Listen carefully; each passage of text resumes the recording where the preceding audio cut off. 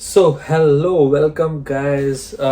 पता है मुझे कि मैं काफ़ी लेट हो गया हूँ इस बार वीडियो में, बट ऐसा नहीं है कि मैं लीग से ही आउट हो गया हूँ। लीग से आउट नहीं है यार, थोड़ा सा वर्क के चलते और आफ्टर जो भी थोड़ा लाइफ हेक्टिक हो जाती है, आप सब समझो यार।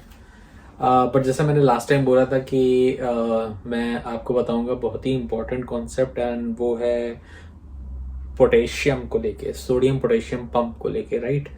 सो फर्स्ट ऑफ ऑल एक चीज़ मैं क्लियर कर दूं कि ये वीडियो किन लोगों के लिए बहुत ज़्यादा बेनिफिशियल होगा।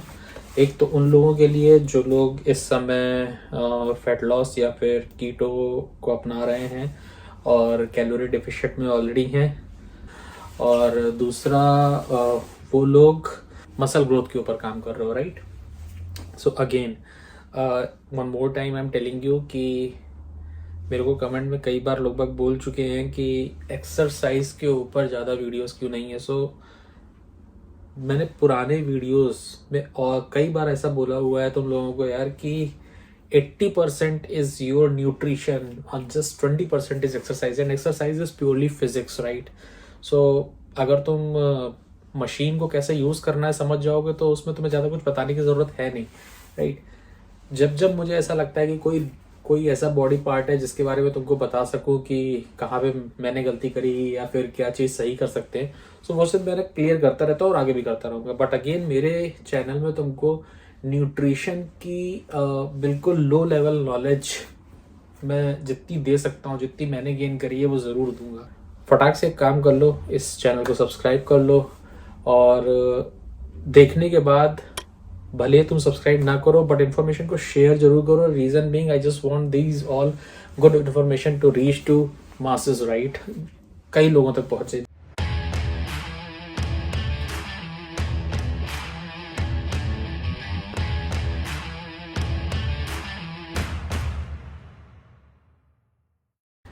तुम लोगों को ऑलरेडी मैं बता चुका हूँ, कई बार मैंने वैसा अपने वीडियोस में बोला हुआ है कि कुछ भी खाते हो और सपोज तुमको बॉडी बिल्डिंग में मसल्स में न्यूट्रिशन को पहुंचाना है, राइट। तुमने वे प्रोटीन कंज्यूम किया, सो वो तुम्हारे बॉडी से डाइजेस्ट होने के बाद, तुम्हारे ब्लड वेसल्स में जाने के बाद वो तुम्हारे मसल फाइबर के सेल्स में जाता है। ये वर्ड यहाँ तक अपन समझ चुके हैं, ऐसा होता है।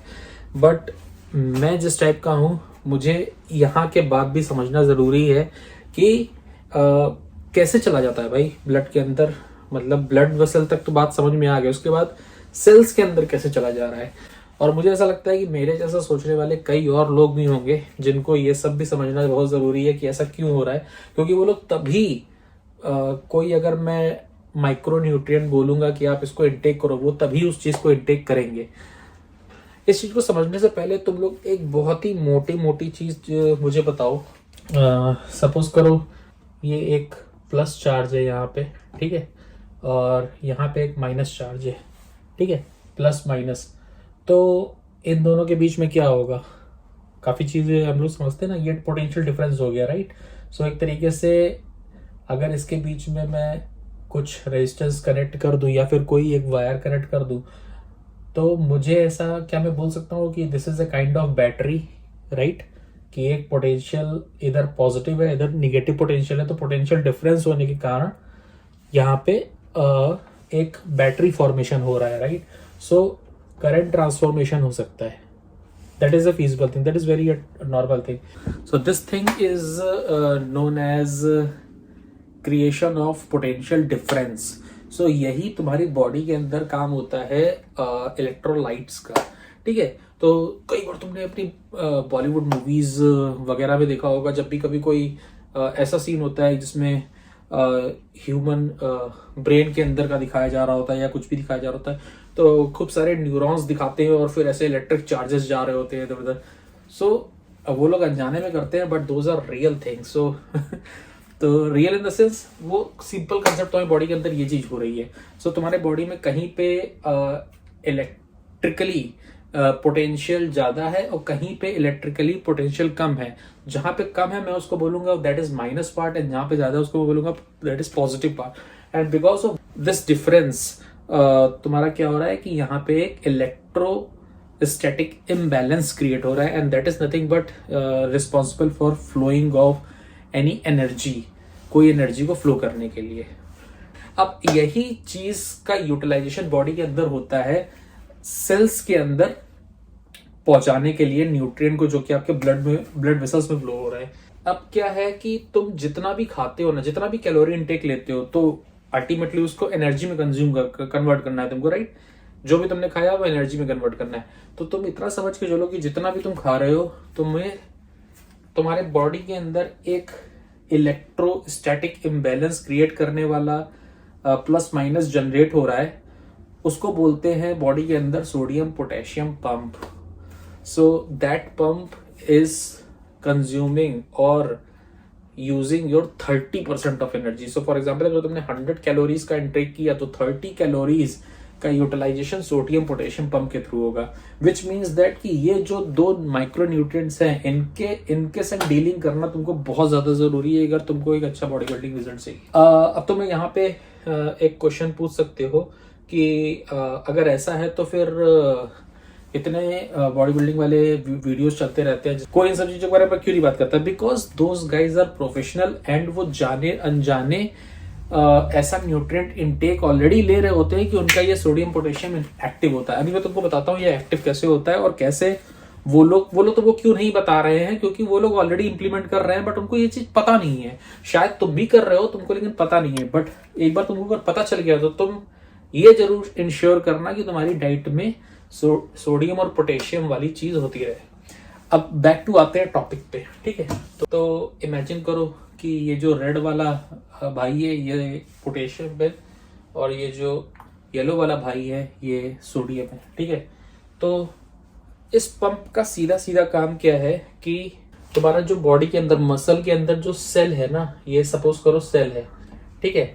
ये एक सेल माइक्रोस्कोपिक व्यू है। तो इस सेल के अंदर से सोडियम को बाहर निकाल देना और पोटेशियम को अंदर करना, तो ढेर सारा पोटेशियम अंदर होगा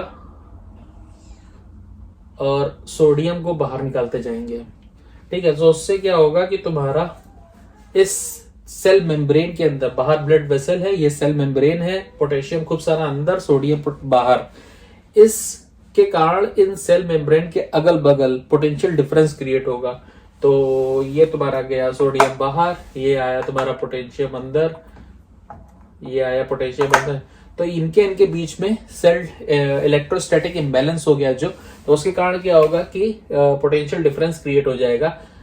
इस डिफरेंस क्रिएट होने के कारण वही पोटेंशियल डिफरेंस वाला फैक्टर आ गया। तो अब क्या होगा, जो भी तुम्हारा न्यूट्रिएंट है वो प्लस से माइनस की तरफ, मतलब जहां पे अंदर की तरफ इलेक्ट्रोस्टैटिक चार्ज कम है, बाहर ज्यादा है, तो तुम्हारा ब्लड से सेल के अंदर न्यूट्रिएंट ट्रांसफर होगा। सो न्यूट्रिएंट को कोई धक्का तो दे नहीं रहा है, अंदर कोई इंसान तो बैठा नहीं हुआ है कि जो फोर्स लगाए, तो कहीं ना कहीं से कुछ अट्रैक्शन चाहिए ना। सो वो अट्रैक्शन और वो पोटेंशियल डिफरेंस तुमको क्रिएट हो रहा है इस सोडियम पोटेशियम पंप के कारण। अब एक फैक्टर तुमको समझा देता हूं, वो ये है कि इस सोडियम पोटेशियम पंप में obviously sodium and potassium both are required in order to trigger the sodium potassium pump. But हम लोग की डाइट जितनी भी हम लोग लेते हैं उसमें पोटेशियम का इंटेक बहुत कम है। सोडियम हमको कई जगहों से मिल जाता है, मतलब दिन भर में अगर तुम 3 बार खाना खा रहे हो तो ऑब्वियसली सॉल्ट अगर ले रहे हो तो सोडियम तुम्हारा इंटेक हो ही जाता है। इमेजिन दिस कि as per requirement of your body तुमको near about potassium 5 times more than that of sodium चाहिए। सो तुमको, अगर मैं वेजिटेबल्स की बात करूं, तुमको कितना वेजिटेबल खाना पड़ेगा कि तुम्हारा डेली पर डे का पोटेशियम का इंटेक हो पाए, तो वो है 9 full cups of mix leafy vegetables. उतनी वेजिटेबल्स खाओगे तब जाके तुमको पोटेशियम मिलेगा। मैं अभी क्या रिकमेंड कर रहा हूं कि तुमको अपनी डाइट में क्या चीज बढ़ानी है। ऑब्वियसली सोडियम को तो तुम कम ही कर देते हो, राइट। पोटेशियम को तुमको तुम्हारे डाइट में बढ़ाना है सो दैट ये पंप एक्टिव रहे। पोटेशियम को बढ़ाने के लिए तुमको क्या चीज खानी पड़ेगी? ग्रीन वेजिटेबल्स, बनाना, इन सब चीजों को तुमको खाना पड़ेगा। अब मैंने क्यों ऐसा बोला कि जो लोग फैट लॉस और कीटो इस समय कर रहे हैं, राइट, कीटो जो लोग कर रहे हैं, उन लोग इस चीज़ को बहुत ज़्यादा निगलेक्ट कर रहे हैं अनजाने में। मैं बताता हूँ कैसे। होता क्या है कि कीटो में तुम कार्ब तो ऑलरेडी कम कर देते हो, राइट, प्रोटीन मॉडरेट रखते हो, और फैट तो तुम्हारा रेगुलेट ही हो गया, हट ही गया।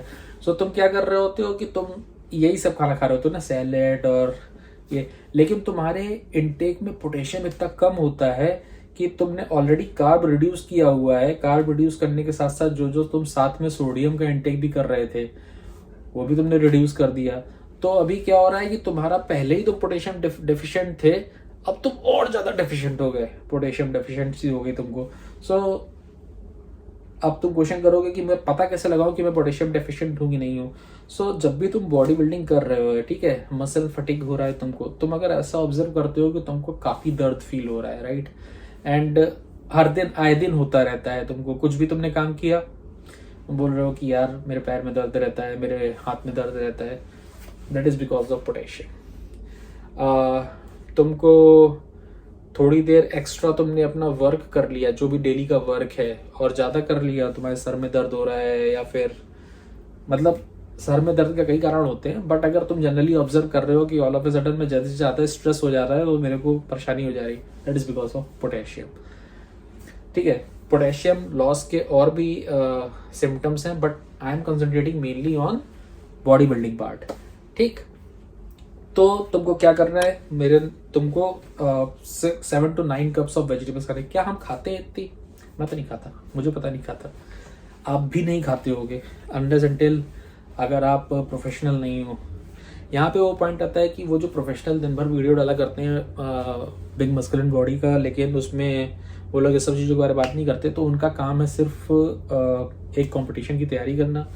तो वो लोग अपनी डाइट इतनी ले रहे होते हैं ना कि वो लोग दिन भर में इतने कप्स ऑफ वेजिटेबल्स कंज्यूम कर जाते हैं, प्लस उनका प्रोटीन, तो उनका पोटेशियम और सोडियम का जो पंप है वो ऑलरेडी बैलेंस रहता है। सो उनको पता ही नहीं चलता कि ये चीज़ हो रहा है। बट हम बात कर रहे हैं एक नॉर्मल इंसान की जो कोई कंपटीशन की तैयारी नहीं कर रहा है, जो कि सिर्फ बॉडी बिल्डिंग में अपना मस्कुलर गोल चाहता है, या फिर कीटो कर रहा है फैट लॉस के लिए।